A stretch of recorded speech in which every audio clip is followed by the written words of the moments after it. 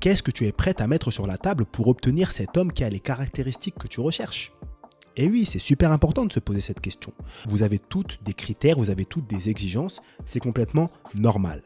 D'ailleurs, très souvent, il y a 7 attributs qui ressortent quand on demande aux femmes quel genre d'homme est-ce qu'elles veulent dans leur vie. J'appelle ces attributs le top 7. Le top 7, c'est quoi? C'est un homme qui est plus grand qu'elle, qui a confiance en lui, qui a de l'assurance, qui est intéressant, intelligent, drôle et ambitieux. Et au niveau de l'ambition, en fonction des femmes, très souvent encore ça fluctue. Il y a des femmes qui veulent juste un homme qui a une ambition, une vision. Peu importe la vision, en tout cas, elles veulent des hommes qui savent où est-ce qu'ils vont.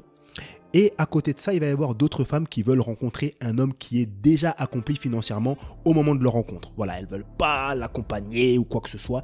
Elles veulent le produit déjà terminé, entre guillemets. Voilà. Et après ça, viennent se greffer d'autres critères qui ressortent, communication, écoute, etc., etc. Mais il y a souvent ces attributs qui ressortent.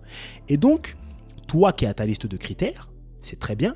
Qu'est-ce que tu es prête à donner en échange de ça? Parce que dans la vie, on n'obtient rien sans rien, vous le savez très bien.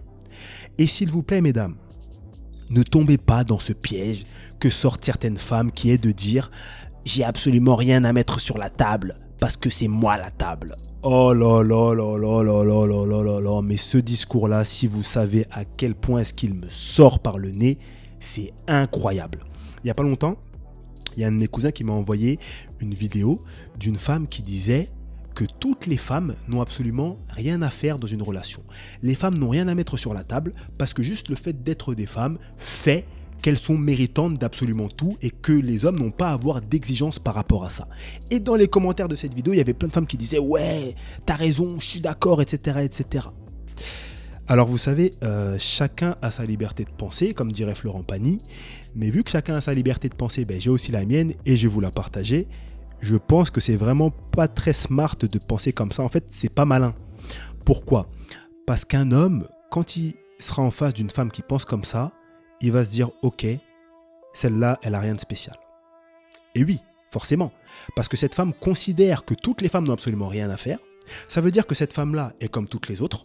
Ça veut dire qu'elle n'a rien de spécial. Donc, ça veut dire que c'est une commodité. Voilà le raisonnement que vont avoir énormément d'hommes. Sachant qu'à côté de ça, il y a des femmes qui savent exactement ce qu'elles veulent, exactement ce qu'elles ont à apporter, exactement ce qu'elles ont à mettre sur la table.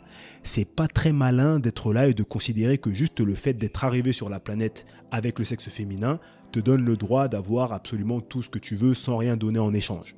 Donc, je me répète, chacun pense comme il veut, mais je vous encourage vraiment à ne pas avoir ce mode de pensée. Donc, faites la liste de vos forces, de vos avantages, de vos attributs positifs, des choses que vous avez à apporter dans une relation. Et là, vous saurez clairement ce que vous avez à mettre sur la table en échange de cet homme-là. Si tu veux écouter l'épisode complet qui parle d'une des plus grosses erreurs qui enferment les gens dans leur célibat et comment éviter cette erreur-là, je t'invite à cliquer sur la vidéo qui s'affiche à l'écran.